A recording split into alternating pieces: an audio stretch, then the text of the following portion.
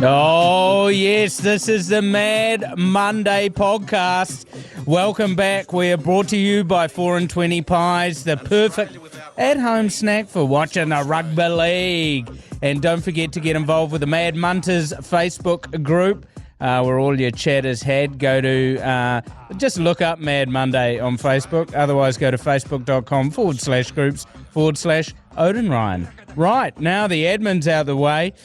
I'm absolutely fizzing. I'm Dai Henwood, and I'm joined by Ben Hurley. Mate, we're finally talking about a win. Yeah, and what a win it was against the Three Peters, the Threesomes, the Las Panteras de Penrith. And for those of you who have been living in a pirate shoe and you don't know what the score is, the Warriors beat the Panthers 22-20. And this was a team, if you are not really a bit more of a rusted-on Warriors fan, you might not have known about half a dozen of people in the Warriors side. Ben, my take was we were injury-ravaged, but because we had all these young guys in, it was the shake-up we might have actually needed. Yeah, and so, spoiler alert, I'll here, but the Warriors did win. And spoiler alert, the arc of Tane Tuapiki, one of these youngsters that you're talking about in this game, was like something out of a, like a sport movie. So he takes the kickoff. He's the smallest guy on the field. We did get some shit from listeners saying that we were small shaming him. There's no shame in his size because he does an incredible job given how big he is. He takes the kickoff. He boots it over the dead ball line off the kickoff, which is a penalty immediately. You couldn't have had a worse start. Penalty from halfway, which the Broncos score off. And so the Warriors are 4-0 down after a minute and a half. Now, Tane Tuapiki goes on to not only score the winning try, but kick the winning conversion. Look, if that's not a sport movie arc, I don't know what is. Also, people had seen him earlier in the season filling in for Chance while he was injured. He looked really good, but he didn't have really a line break under his belt. He wasn't sort of playing so much within the system that the Warriors play. But you're so right. His arc was just beautiful. Kicking it over from the sideline, also how it kissed the upright to go through. A few weeks ago, he did exactly the same thing to win the New South Wales Cup game. So he knows how to stand up on the big stage. I've got to give credit to Paul Vossi. You know how we complain about I rewatched the game this morning with the Aussie commentators? And Vossi's now overpronouncing it. He's calling him Tane Tuapiki. Oh. Even though it's wrong, at least I have some respect for that. Yeah, I know, but you poor guy. It's literally just Tane in this case. It is Tane. Oh, look, I do have some sympathy. Another one of these young guys who did well for us, Ali Leataua. Yeah, crosses over for his first try, I believe, in first grade, and I called him Adam Pompey. So these things do happen. Look, and this is a legitimate thing. They're both rocking very similar haircuts, and they're a very similar stature. But basically, if you'd recalled that in a mirror, it was the exact same try for Adam Pompey, but on the other side of the field minutes later. What was really happy, if we break down this little part in play, Chance, I want to give Chance the biggest rap. Tane was the man of the match, and for me it was Chance. If you watch Chance, every single time play stopped, he was fucking revving up the boys. He was like keeping that passion going. People don't think of him as a ball player. That first double pump quick long ball to Montoya was like a first grade half playing. He opened up our left side attack that has been dead all season. Yeah, and like the first year that he joined the club, I think we had a halves injury crisis that year. And I remember saying to you, couldn't Chance go into the halves? And you went, no, he's not that kind of player. I'm not trying to prove you No, wrong yeah. because you're the same as everybody. Everyone thought that. Everyone thinks he's not that kind. He is a out and out fullback. You wouldn't even put him on the wing like until now. He's just an NRL sock. But yeah, he proved everybody wrong on Sunday because what a performance. I mean, at times the Warriors' attack looked clunky, but no more clunky than it's looked all year. No, but also we seem to have a bit more pace, hunger, and flair that we hadn't played with. Where I think Chance is doing something that neither Sean Johnson nor Tamari do, he runs so hard out at the defence. He runs in that fullback running it back mode. So he really draws in defenders. And the match turned on a dime when he did that quick tap and ran, and Isaiah Yeo just had a brain fade and stepped in to tackle him. Isaiah Yeo went off, and we did what you had to do against Penrith. We scored twice in that 10 minutes. And do you know what also made that 10 minutes huge? That was the 10 minutes AFB was off as well. So it's like, yes, of course. We not only covered, scored points when we should have, but we covered that awkward point where sometimes we can drop. However, AFB actually had quite a middling game, and it was people like Jacob Laban massively stepped up, Tain Tuapiki, Ali Leatawa. Like, now I'm like, we could field that side next week and beat the Dolphins, I think. I think Adam Pompey is playing great. Marcelo Montoya showed that a week in Cup where he could just get his form back, score a try or so, put on a try assist. His work rate and intensity was awesome. We didn't drop a high ball at all. No, and I know he's not playing spectacularly on attack, but I thought Tamari Martin had his best game of the year so far, just by being solid and kicking really well. And it actually opened up Chance to be able to be the slightly unpredictable wild man in the halves. Yeah, so I play to figure out what team's doing best. I play force back in my head on the kicks, where we kick it from, where they kick it from, where we receive it.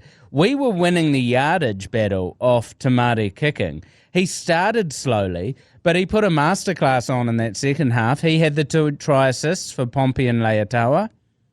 Yeah, now you'll know the stats, and I called the game, so this is slightly anecdotal, but it did seem that our pack was getting more meters up front than theirs were. It seemed like the Penrith pack, the amazing Penrith pack, where James Fisher-Harris, Isaiah Yeo, Moses Leota. It seemed like they were making under 40 meters per set generally. So we won every stat of the game. We had more runs, more possession, more territory, possession in the last 10 metres, run metres and offloads, plus tackle breaks. And they tackled more than us. So we won the game, and we looked like we should win the game. Considering, here's a guy I want to talk about actually, straight away, we haven't mentioned him, Paul Roach. I know very little about Paul Roach. I'd seen him on some highlight stuff, but I hadn't seen him play a full game. Is that the last we see of Lussick in first grade? Because Paul Roach has amazing distribution. His passing is great. He seems to have a bit more hunger and pace than Freddie Lussick. Yeah, and I think he's got a slightly lower centre of gravity to Freddie Lussick, so he doesn't get pushed back in the tackle as much. Not that he probably got tackled very often, because he was just playing a distribution role very much so. We'll talk quickly about Wade Egan. Like, I know we sort of talk about it in a lighthearted way about how he has a head injury every game, but it's an incredible amount of head injuries, and another one this week. Like, is it a technique thing, or is he just the most unlucky guy in the NRL? They asked Andrew Webster, the coach, in the press conference about this, and Andrew Webster was quite defensive and said, actually, if you look at the stats around it, it's been blown out of proportion, that he has had huge gaps between his big head knocks. And actually, a lot of the times he goes off for the head knocks, it's more around a cut. Okay. But anecdotally, I'm the same. When he went off, I was like, oh, shit, he might need 4 or 5 weeks out. Because that was a nasty one. Because he also seems to often get that head knock where it's like head to hip going into a tackle really awkwardly, like sort of, and his chin hits his chest and gets that real concussion. And if you look at the beginning of that game, the kicking it dead for the penalty, Jackson Fall going off, Wade Egan off for the whole game, and Montoya going for a HIA. I thought, look, we're holding in good here, but we're going to blow out because we'll get so tired. But we just stayed in that game. Mitch Barnett was the captain. I had no idea who the captain was. I think it's no. We thought it was AFB in the Export Beer Garden studio. We had no idea either. Yeah, so it started as Wade, and then it defaulted to Mitch Barnett. He was in the press conference. He's actually really well spoken, and he said, "Look, they didn't go into the nuts and the bolts, but they said, we know we've been clunky, we know we've been off the pace." And we've been trying to fix the wrong things. This week we figured out what we needed to fix, and we fixed it. And to me, that was we played up the middle and we played hard out. Dylan Walker and Jazz ran hardcore through the middle. This is crazy, but I actually thought Dylan was a bit more explosive at lock than Tohu has been over the last few games, because he plays so fast. Yeah, I mean, Dylan Walker, what a player. I mean, position on the team except for fullback. And you know what? I think he'd go fine there as well. Yeah, he could do it. Love to see that, a fullback that size. Just on Paul Roach, I actually got quite heavy Lance Hohaya vibes off him. I was wondering whether it's that low centre of gravity, but he's real stocky as well. And it's so good to see these young boys coming in and just playing to a system. It's very much like the Storm and Penrith. When they lose a player, the next player steps up. And we had a lot more injuries than Penrith. They were missing Cleary, but they've won 15 out of 18 without Nathan Cleary. And they're missing Taylor May for his horrific DV crimes, alleged crimes. So we just stepped up. You've got to be epically proud of these boys. You've got to be epically proud and stoked that we can cover these injuries. And I mean, if you're ever going to say one game turns around a season, could this be the one? Oh, yeah, I totally agree. I think this is the bit, we're talking about sports movies before. This is the bit at the end of the second act, you know, where they take down the champions after, you know, pretty much losing every game. And this is where they go on a streak and take out the final. I think this is definitely, as you say, that turning point. I'm just stoked for the boys, like, to do it. I know not just me, but a lot of people have been critical that it's often the Warriors struggle on the big stage, whether it be the Anzac games, that preliminary final against Brisbane.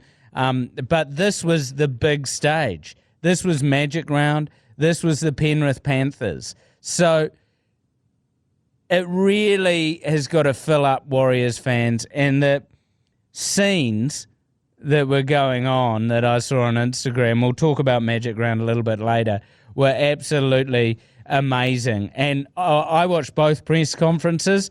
Ivan was livid.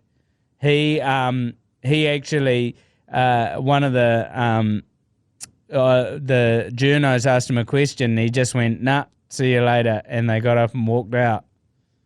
Wow, what was the question? It was the question was, do you think the Warriors just had more heart and wanted it more than your boys? And then he just went, nah, stood up and walked out. But wow. he looked livid because, granted, that first half, the Panthers were not good. But on the second watch, it was because our defense was good. We were rushing up on them. How about that hit late in the game, Montoya on Cole? Pompey on Cole. Pompey, yeah. He drilled him, and then the dude spewed on the field, and some poor bastard in the next game probably got tackled in it. Yeah, that was my first. The question for my daughter when I got home was, "Do you reckon they cleaned up the spew?" And I'm like, I actually don't know the answer to that. I don't know if someone comes on and mops it up or digs a little hole, puts a bit of sand, a bit of kitty litter down over it. Yeah, bit of sawdust. Yeah, I don't know. But we could just wax lyrical about it all day, basically, because they stood up where they needed to. They showed we can fill the gaps. We were missing. We had played with a completely different spine for basically 70 minutes of that game. It fills me with confidence that we can handle this without Sean Johnson, because if we could beat the Dolphins next week, then go into a bye to freshen up some of the troops, this would be great. I'm wondering whether some of these older heads, like Sean Johnson and Tohu, maybe they actually just need a break. Yeah, it's pretty relentless week in, week out, isn't it? You know, it's arguably the most physical professional sport on the planet. And some people are expected to play every single week. And I was amazed, actually, in that little video that you did that we played at halftime, that Adam Pompey played every minute of every game last year except for when he got sent off. Yeah, how crazy is that? He is a workhorse. And I think the only knock on Pompey was that he would try a bit of a miracle ball or something like that, right?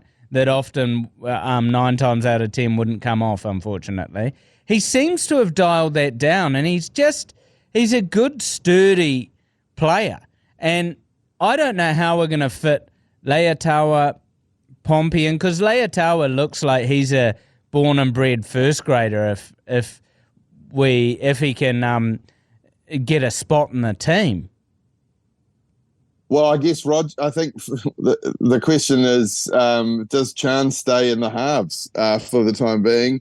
And when Roger comes back, if he comes back before Sean Johnson, I'm not sure if he will, I guess he'll go to fullback. And Chan stays in the half because, Chan's did everything he could to show that he should probably still be in the halves next week, you know? And I have a feeling that Roger Tuivasa-Sheck should not be in any other position but fullback, personally. Yeah, these problems are epic problems to have. that we're talking about who should be playing in big positions.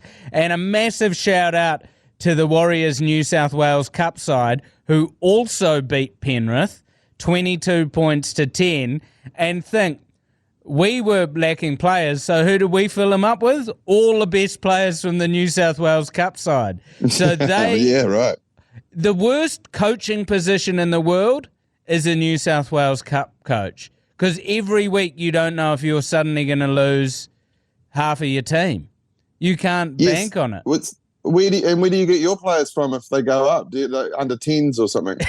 You slowly go down to Jersey Flag, under 17s. So they would have had 4 new players in their side in pretty crucial positions. So the Penrith are very high. They're top of the table. And this brought the Warriors up to 6th in the New South Wales Cup. So both sides getting a win over Penrith. The first grade side 22 points to 0. We'll put that to bed, but Ben, hey, saddle up because we've got one hell of a season ahead of us. All good, yeah, absolutely. I'm stoked, and I don't want to be the cynic that says it's the hope that kills you. So let's not say that. That thought didn't even come into my head. Absolutely. Hey, we'll see you after the break, team, as we dissect a few of the Stonkas from Magic Round. You're back with Mad Monday, brought to you by 4 and 20 Pies, the perfect pie, especially the Traveller, for just shoving in your face. It fits in your mouth perfectly. We're covering Magic Round. That was round 11 of the NRL. And wow, it seemed to be stonker after stonker. Basically, until Parramatta played Melbourne, the biggest points diff was 8 points. And one game that was a particular stonker, Ben, was Manly and the Brisbane Broncos. 13 points to 12. That was close as. Yeah, I mean, talk about a game of two halves. It was 12-0 to the Broncos at halftime, and then Manly decided to start playing. In fact, they probably didn't really even start playing until about the last quarter and came right back. But Jock Madden slots the field goal at the end. What do you reckon? What number half do you reckon he is down the list? Probably not first, not even second, but he comes up with the clutch play and ices it for the Broncos on Magic Round in front of, 40,000 rabid Broncos fans. Oh, the rabid fans, their attendance was 149,000 over the 3 days. And there was worries that there were so many stars out to injury that it was going to be a bit of a letdown. But as the scorelines attest, everyone stood up. And you're right, Reece Walsh wasn't playing in that game, but it was still amazing. Katoni... No Adam Reynolds. No Adam Reynolds, yeah, you're right. Katoni Staggs and Dean Mariner are just great players to watch. Selwyn Cobbo played out of his skin in that game. His high ball catching and running the ball back was causing so many issues for Manly. Oh, look, I was actually going to make a comparison, and it's not, I hope everyone realises it's not race-based at all, but for me, he's the same build and he's the same type of player as Latrell Mitchell, but he doesn't have all the issues of Latrell Mitchell. Yes, potentially he doesn't have just that little bit of magic spark, but he's a little younger than Latrell, I think. For me, like after that game, I was like, wow, I've always liked Selwyn Cobbo, but he is becoming one of the stars of our game. Hey, the gameplay similarity is quite similar. When Latrell's in form, he makes everything look so easy, the way he catches high balls. And also, Cobbo has this as well. He looks like he's moving very slowly, but he's actually going really fast. He's sort of massively long legs, so it's a lope, and but he's top heavy. Like he's got so much good weight up on the top half that I think he'd be the guy I'd least like to tackle in the NRL. Oh, I love those Justin Olam's up there for me. yeah, true. Justin Olam, yeah, that's a good one. But he's one of those guys who, what I love, a bit like Trell, is he doesn't look exactly like a honed athlete where they're worrying about body fat percentages and muscle, and he's just a footy player who is a natural ball player. Brisbane's up there with my love-to-hate sides because they ice games. They're, especially this year, playing a really good brand of footy. Same with Manly. I really enjoy watching Manly, and it's good to see that they can fully compete without the likes of Tommy Turbo in there. Another game that was pretty epic, the Roosters and the Sharks. The Sharks have shown they are the real deal. They had a very soft draw, even though they won all those to begin with, but they've beaten Melbourne and now the Roosters, and that game had everything. It was a bit of a seesawing affair, 38 points to 30. Yeah, plenty of points, and bit of commentator's curse on your Roosters last week because I said I thought they were the form team in the competition. They'd blown out with some big wins in the previous rounds, and they looked slick as hell. But then they go down to the Sharks, who are probably the other form team in the competition. Yeah, well, if the Sharks show why they're number one, And I always like the Sharks sort of Nico Hines didn't shine, but he got through the game. He had a very strong game, and he looked like he could cement himself for Origin. Same with Jerome Luai and Dylan Edwards. They were both the shining lights for Penrith against us. But, I mean, the guy who scored the last try of this game to basically win the game for the Sharks, to seal the game for the Sharks, is Tom Hazelton. He's just he's one of those, they've got unsung heroes in their forward pack, the Sharks. They've got they've got old Royce Hunt. They've just got these guys who are just digging in and playing massive minutes and playing really well. Yeah, I didn't know much about Tom Hazelton, but I did put him in my super coach team about 3 weeks ago, and I've not looked back. He does huge points on super coach. I know. Yeah, let's say Sharks form team in the competition versus the Roosters. This was the headline kind of one of the two headline games of the weekend, I suppose, and it certainly didn't disappoint. No, for anyone who went over there, I mean, it even opened up with Canberra just squeaking home against the Bulldogs, 24 points to 20. That was an absolute barnstormer of a game. Even the Gold Coast Titans, there was a controversial disallowed try in that game. The Knights just got up basically in the second half, winning 28-24. We just mentioned, we were chatting before we recorded this, North Queensland and South Sydney. They had an enjoyable game to watch. Latrell Mitchell played himself back into some form there. Same with Cody Walker. Yeah, I mean, the Rabbitohs didn't look terrible. Weirdly, even though they lost, the Cowboys almost look worse than them, but it just shows you how far behind all the other teams the Rabbitohs are this year. Yeah, I can't figure the Cowboys out because they've got such a great pack, and they're going to have to watch out because they're going to lose a lot of players to Origin. Your Nanai, Val Holmes, Ruben Cotter. They've got such a hugely stacked side. Maybe Reece Robson, Griffin Neame. Speaking of Origin, I wanted to just go back a second. You said Nico Hines might be in for Origin. Like, who else is going to play in the halves for New South Wales? Surely Nico Hines gets a start this year. Yeah, it has to be. I mean, do you go Nico Hines and Matt Burton, Nico Hines and Jerome Luai? I mean, yes, it's going to be an interesting one. And, I mean, everyone was looking at Queensland, but then poor Munster went down horrifically. I noticed they call him Money as his nickname. Old Money went down, and he was writhing. He ripped his groin muscle off the bone or something, apparently. I think he's out for a while. New South Wales injury crisis is now is spread to Queensland now. I thought this looked like a bit of a replacement side for New South Wales, but it might be the same for both sides. No, and I quite like it, to be honest. Because it means we might see a changing of the guard and a few different players coming through. And that last game of the round showed the Hamaso Tabuai Fido. He came back from a hamstring injury and he stretched his legs and played extremely well. And the Dolphins looked pretty good, but the Dolphins also look beatable, Ben.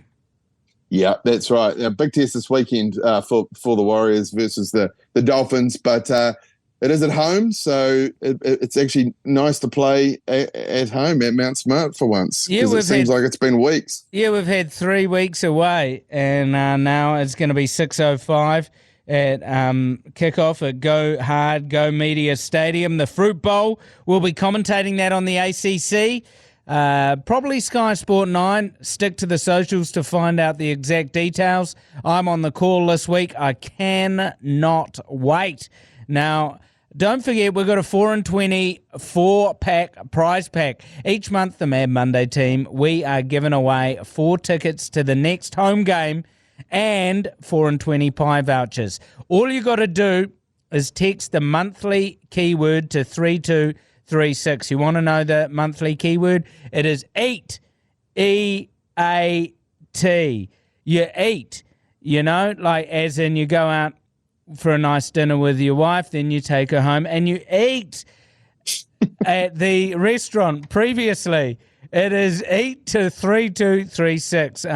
We'll see you back after the ads to have a quick chat about Magic Round, some Hurley's Heroes, and an off-the-back fence.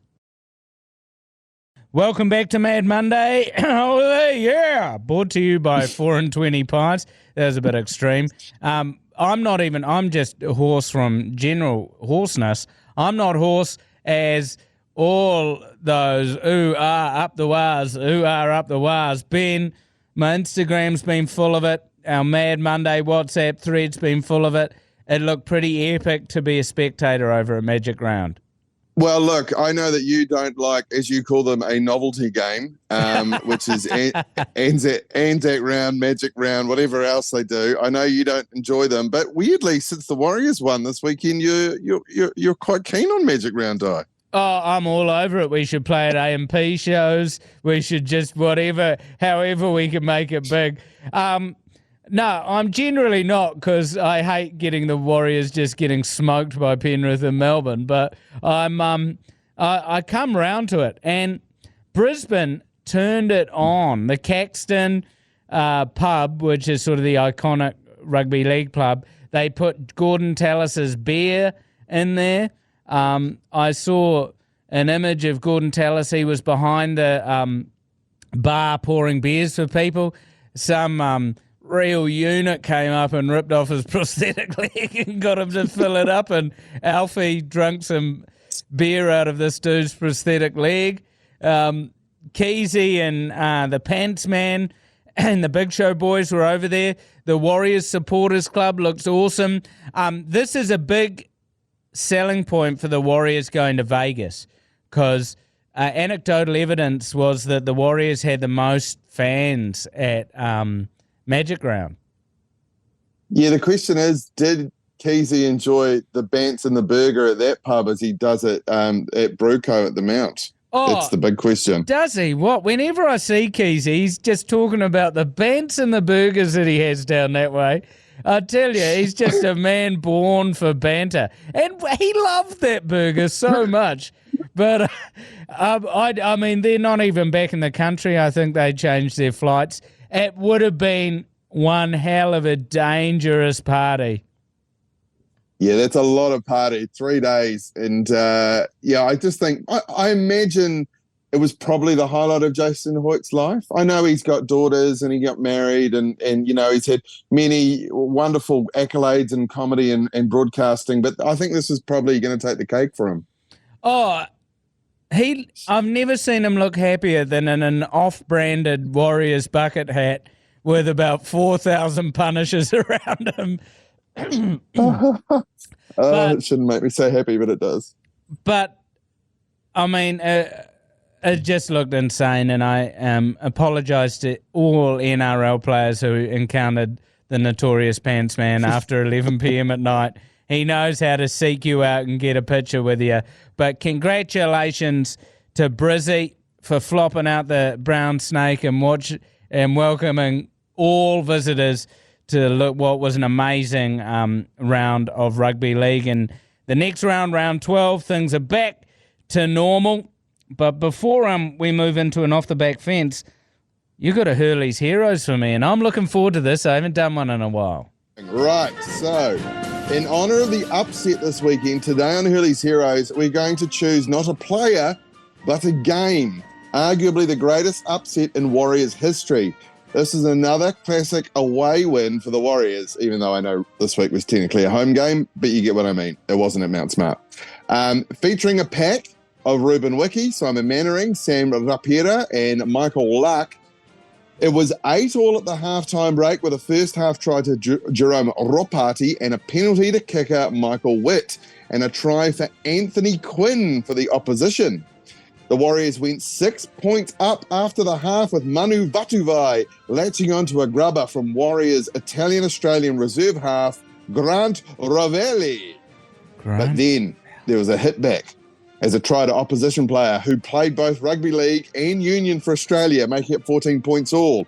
Then a 68-minute field goal to the opposition, 5-8, had the Wires behind by a point. The score remains the same for the next 10 minutes. Then, with 2 minutes remaining, Jerome Ropati breaks the line on the left edge of his own 30 after putting a huge fend on the previously mentioned double international. Steps another, offloads to Vatuvai, who beats 2, runs 40 metres, but is tackled by Jeremy Smith and offloads to Michael Witt, who goes over and decides to celebrate before he dots down while Ray Warren screams, "Put the ball down, son! Put it down!" and he does, just giving the Warriors a thrilling 18-15 upset win. So, is this game the 2011 preliminary final versus the Storm? Is it the 2008 qualifying final versus the Storm? Is it the 2002 preliminary final versus the Sharks? Is it the 2011 semi-final versus the West Tigers? Or is it Leo and Ryan?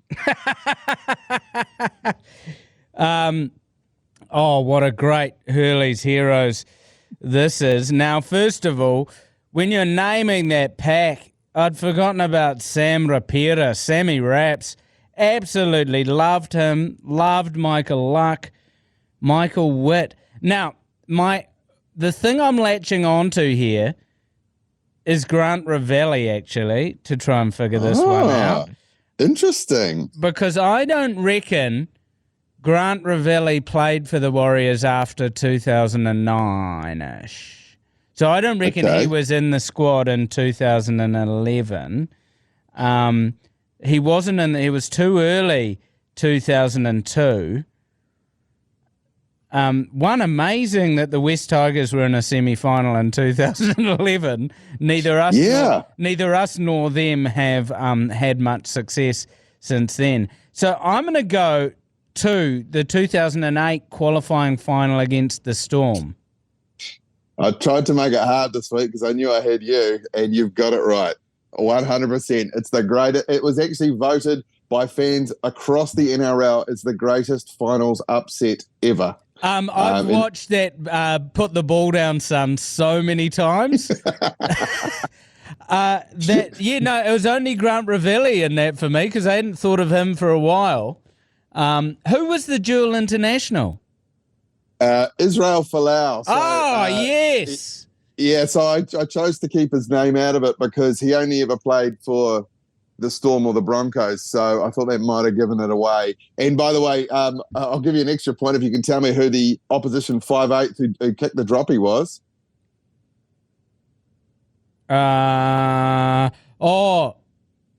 No. He put a slight clue. He's not really known for playing 5'8", but this is how he started his career. Oh, yeah. No, who is it? For some reason, I was going to say Tohu Harris.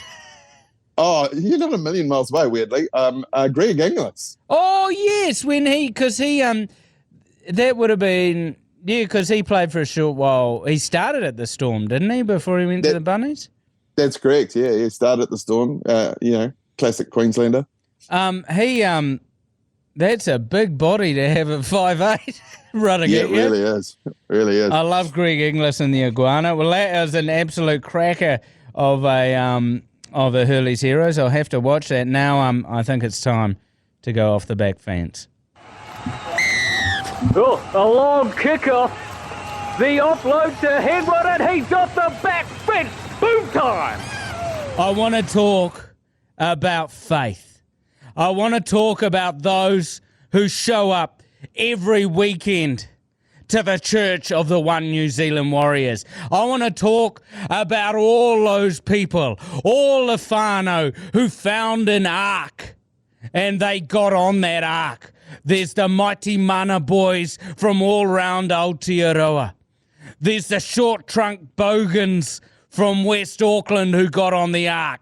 There's the bulbous nose baboons from the Hodaki Big Show who got on that ark, and they went over to Brisbane and they cheered on the mighty One New Zealand Warriors. This is where we're at. This is why you stay behind a team. You know, you might be having trouble having a baby, but so you fall by the wayside, and the next man steps up to your wife, you know, and he falls by the wayside, and the next man steps up to your wife, and then finally you have a beautiful baby brought into this world, and that beautiful baby was a win. It was 2 points against the Penrith Panthers. This is why you stay with the Warriors. How sweet was this win? If we had smashed the Titans, if we had smashed the Dragons, if we had smashed Manly, if we'd smashed the Roosters, we would have been cocky going into this game. But no, we were below deck quivering with scurvy. We were below deck wondering if we would ever see the sunlight again. But slap on your 50 plus SPF because you needed it, baby. The sun was shining over the brown snake of Brisbane and it sent the Warriors home. Tain Tuapiki take a bow. Ali Leatawa take a bow. And Chance Nickel Klokstad, the man who carried the tablets down from Mount Druitt. Oh no, that's in New South Wales. From whatever the mountain in who carried the tablets down from Uluru in the centre of Australia and walked them all the way to Suncorp Stadium. You hold your head proud. Chance Nickel Klokstad, you're a legend. All of the Warriors, you're a legend. And Andrew Webster, you are God. You are God. Amen. I blacked out for a moment there. What happened? I don't know. Did you see the game in the weekend? Yeah, I think I watched it. In fact, unfortunately, I'm still going to get some stains off my jumper. It actually looks a bit shocking. But hey, what a pleasure to chat to you after a Warriors win. It makes the week all that more sweeter. On behalf of Ben Hurley and myself, Dai Henwood, you stay tuned with the Mad Monday crew. We'll be back with some Super Coach chat later in the week. And, of course, coverage of the game against the Dolphins, 6 o'clock this Sunday night. Mate wa.